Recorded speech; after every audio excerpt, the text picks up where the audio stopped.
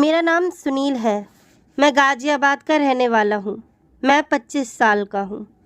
इस समय मैं एक अच्छी नौकरी पर हूँ। मुझे भी नौकरी करते हुए 1 साल ही हुआ है।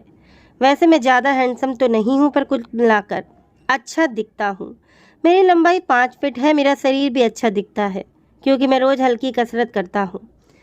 बात 3 साल पहले की है, जब मैं 23 साल का था और बीए में पढ़ता था।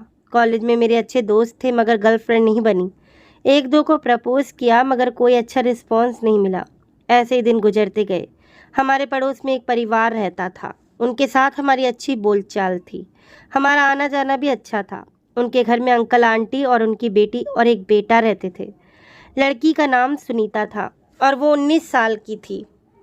वो कॉलेज जाना शुरू कर चुकी थी। सुनीता का भाई उससे 2 साल बड़ा था। वो बाहर लेकर नौकरी कर रहा था। सुनीता दिखने में बहुत सुंदर थी। सुनीता मुझे पसंद थी। एक दिन की बात है, मैं ऊपर अपनी छत पर घूम रहा था। अक्सर मैं टाइम पास करने के लिए अपनी छत पर चला जाया करता था और आस पड़ोस में बातें करने लग जाता था। उन लोगों से बातें करना मुझे बहुत अच्छा लगता था। उस दिन भी मैं अपनी छत पर खड़ा हुआ था। कुछ ही देर के बाद सुनीता अपनी छत पर कपड़े सुखाने के लिए आई। उसने एक पैजामी और कुर्ती पहनी हुई थी। वह अक्सर इसी तरह की ड्रेस पहनती थी और इसमें वो बहुत सुंदर दिखती थी। तभी मेरे एक दोस्त सूरज का फ़ोन आ गया। मैं उससे बातें करने लगा। सूरज मुझे अपनी सारी बातें शेयर करता था। वो उस वक्त अपनी गर्लफ्रेंड की बात कर रहा था, लेकिन मेरे मुंह सुनीता के घर की छत की ओर ही था। मैं सुनीता से बात करना चाह रहा था। मेरी आवाज़ शायद उसके कानों तक पहुंच रही थी। सूरज की बात ख़त्म ही नहीं हो रही थी और मुझे सुनीता से बात करनी थी। सुनीता बार बार मेरी तरफ देख रही थी। शायद वो मुझसे बात करना चाह रही थी, लेकिन शर्म के मारे वो बात नहीं कर रही थी। मैं दिल ही दिल उसे चाहने लगा था। मैं सूरज को फ़ोन पर बोल रहा था कि मेरा भी कोई गर्लफ्रेंड बनवा दे। फिर उसने बात करने की बात फ़ोन काट दिया तो मेरा मन जल्दी से सुनीता से बात करने को करने लगा, कहीं वो चली न जाए। यह बात सुनीता भी सुन रही थी। वो मेरी ओर देखकर मुस्कुराने लगी। मैं भी उसकी ओर देखकर मुस्कुरा दिया। फिर वो चली गई। मेरी उससे बात भी हो गई। उसके जाने के थोड़ी देर के बाद फिर मैं भी छत से नीचे उतर आया। फिर अगले दिन मैं फिर से इस समय छत पर गया, इस उम्मीद में कि शायद आज भी सुनीता छत पर आएगी। मैं उसका वहाँ पर काफ़ी देर तक इंतज़ार भी किया, लेकिन सुनीता नहीं आई। मैं काफ़ी देर इंतज़ार करने के बाद वहाँ से जाने ही वाला था कि मुझे सुनीता आती हुई दिखाई दी। मैंने अपने कदम वापस मोड़ लिए और फिर सोच में छत पर टहलने लगा। मैंने देखा कि सुनीता कुछ कपड़े बांधकर लाई थी। शायद वो छत पर कुछ सुखाने आई थी। कपड़ा फैलाकर वहीं हाँ में हाँ देखने लगी। देखते हुए हम दोनों की नज़रें मिली और दोनों एक दूसरे को देखकर मुस्कुरा दिए। जब सुनीता मुस्कुराती तो दिल में एक खुशी से उठती थी। उसकी मुस्कान बहुत ही प्यारी थी। उस दिन मैंने सोचा कि अगर मैं थोड़ी सी कोशिश करूँ तो शायद सुनीता मुझसे बात कर ले। कॉलेज में तो मुझे कोई लड़की बात नहीं करती थी क्योंकि मैं बहुत शर्मीला टाइप का लड़का था, लेकिन एक बार पड़ोसन से ही बात करके देख लेता हूँ, शायद किस्मत साथ दे दे। उस दिन के बाद से मैंने ठान लिया था कि मैं सुनीता से बात करने की पूरी कोशिश करूँगा। ऐसे ही दिन गुजरने लगे, लेकिन बात कुछ खास आगे नहीं बढ़ पा रही थी। मैं सोच नहीं पा रहा था कि उसके साथ बात के सिलसिले को शुरू कहाँ से करूँ। एक दिन की बात है कि मैं दोपहर में अकेला था और घर पर आराम करते हुए कोल्ड ड्रिंक पी रहा था। पापा काम पर गए थे और माँ मेरी पड़ोस की एक आंटी के यहाँ गई थी। घर में मेरे अलावा कोई नहीं था। तभी मेरे अलावा कोई नहीं था, सुनीता आ गई। वो माँ के बारे में पूछने लगी। मैंने कहा माँ तो अभी घर पर नहीं है। मैंने पूछा कुछ काम था क्या? अगर मुझे बता सकती हो तो बता दो, मैं माँ के आने की बात उनको कह दूँगा। वो बोली मुझे सूट के बारे में कुछ पूछना था। दरअसल सुनीता सिलाई का काम भी जानती थी। मैंने कहा तो फिर तुम थोड़ी देर इंतज़ार कर लो, माँ आती ही होगी। उसके लिए भी मैंने एक गिलास में कोल्ड ड्रिंक डाल दिया। वो पहले तो मना करने लगी, लेकिन फिर बाद में पीने लगी। मैं उसके सामने कुर्सी पर बैठा हुआ था और उसे ही देख रहा था। दरअसल मैं सुनीता को देखने का कोई भी मौका हाथ से नहीं जाने देता था।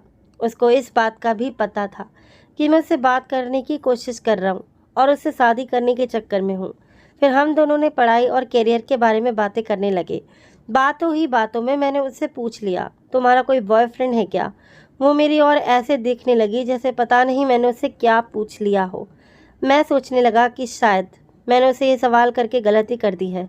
उसने शर्माकर अपना चेहरा नीचे कर लिया। 2 मिनट में बेचैन से होकर बैठी उठी और फिर उठकर जाते ही बोली, मैं बाद में आ जाऊंगी। उसके बाद वो जल्दी से निकल गई। फिर वो 2 दिन तक मेरे सामने ही नहीं आई। तीसरे चौथे दिन वो छत पर आई। मैं पहले से ही छत पर था। मैं उसकी तरह पीठ करके खड़ा हुआ था। वो बोली, सुनील क्या कर रहे हो? मैं पीछे मुड़कर देखा तो सुनीता खड़ी हुई थी। उसने पटियाला सूट और सलवार पहनी हुई थी। उस समय वो बहुत सुंदर लग रही थी। सुनीता से एक दो बात ही हो पाई थी। वो बोली, क्या हुआ, कहाँ खो गए हो? मैं बोला, कुछ नहीं, बस मैं ऐसे ही खड़ा हुआ था। तुम बताओ कैसी हो? वो बोली, मैं ठीक हूँ। मैं उस दिन एक दिन मेरी मम्मी ने मुझे सुनीता के घर एक कुछ काम से भेज दिया। उनके घर में कोई नहीं था, सुनीता अकेली थी। मैंने सोचा आज तो अच्छा मौका है, इसे सारी बात पूछ कर ही रहूँगा।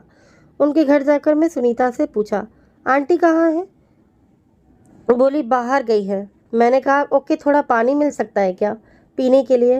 वो मेरे लिए पानी लेकर आई। मैं बैठकर पानी पीने लगा। मैंने पानी पीते हुए फिर से उसके बॉयफ्रेंड की बात छेड़ दी। आपकी बार वो गुस्से में आ गई और बोली, नहीं है मेरा कोई बॉयफ्रेंड। कुछ टाइम पहले था लेकिन अब कोई नहीं है। मैं सोचकर खुश हुआ और लगा कि अब तो शायद बात बन सकती है। मैं भी सिंगल हूँ और वो भी सिंगल है। उसके बाद मैं वहाँ से उठकर आ गया। उस दिन के बाद से सुनीता मेरे साथ कुछ खुलकर बातें करने लगी। यह सिलसिला कई दिनों तक चला। मैं उसे पसंद करने लगा था मगर बोलने से डरता था कि कहीं यह किसी को कुछ बता ना दे। वैसे सुनीता की ओर से भी यही लग रहा था कि वो भी मुझे पसंद करती थी, लेकिन मेरा ये पहली बार था, इसीलिए मैं बहुत फूक फूक कर कदम रख रहा था कि अगर कुछ गलती हो गई तो लेने के देने ना पड़ जाए। फिर एक दिन मेरे घर वाले सब मेरे मामा के यहाँ गए हुए थे। सुनीता को भी पता था कि मेरे घर में उस दिन कोई नहीं है। करीब 11 बजे दिन में वो मेरे घर आई और आकर वो कहने लगी कि आंटी से कुछ काम है। मैं बोला, आंटी तो आज घर पर नहीं है, वो सब लोग मेरे मामा के यहाँ गए हुए हैं। वो बोली, ठीक है, मैं बाद में आऊँगी। मुझे नहीं पता था कि आंटी नहीं है। मैं जानता था कि वो यह सब जानबूझकर बोल रही है। जब वो जा रही थी तो मैंने मौका से ही जाना और उसको रोकते हुए कहा, 1 मिनट रुको, मुझे तुमसे कुछ बात करनी है।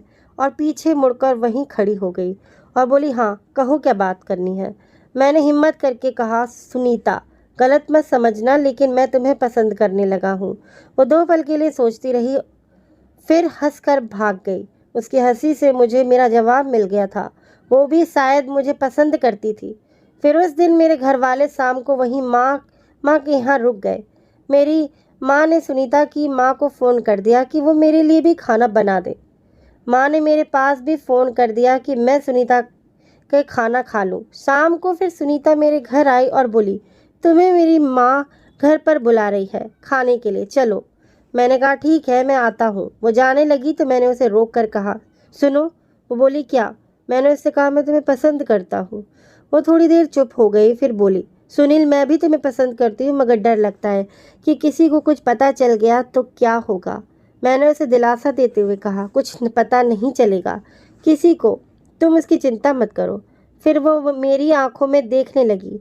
वो बोली, अभी जाने दो, तुम जल्दी घर आ जाओ, माँ बुला रही थी और इंतज़ार कर रही है। उसके बाद वो भाग गई। मैं उसके घर खाने के लिए गया। हमने खाना खाया और फिर मैं अपने घर आने लगा। मैंने मौका पाकर सुनीता को अपने पास बुलाया और कान में कहा कि छत पर आना, मैं इंतज़ार करूँगा, वहाँ पर ढेर सारी बातें करेंगे। इतना कहकर मैं चला आया। बड़ी मुश्किल से मैं समय काटा और रात के 10:30 बजे छत पर गया। सुनीता अभी तक नहीं आई थी।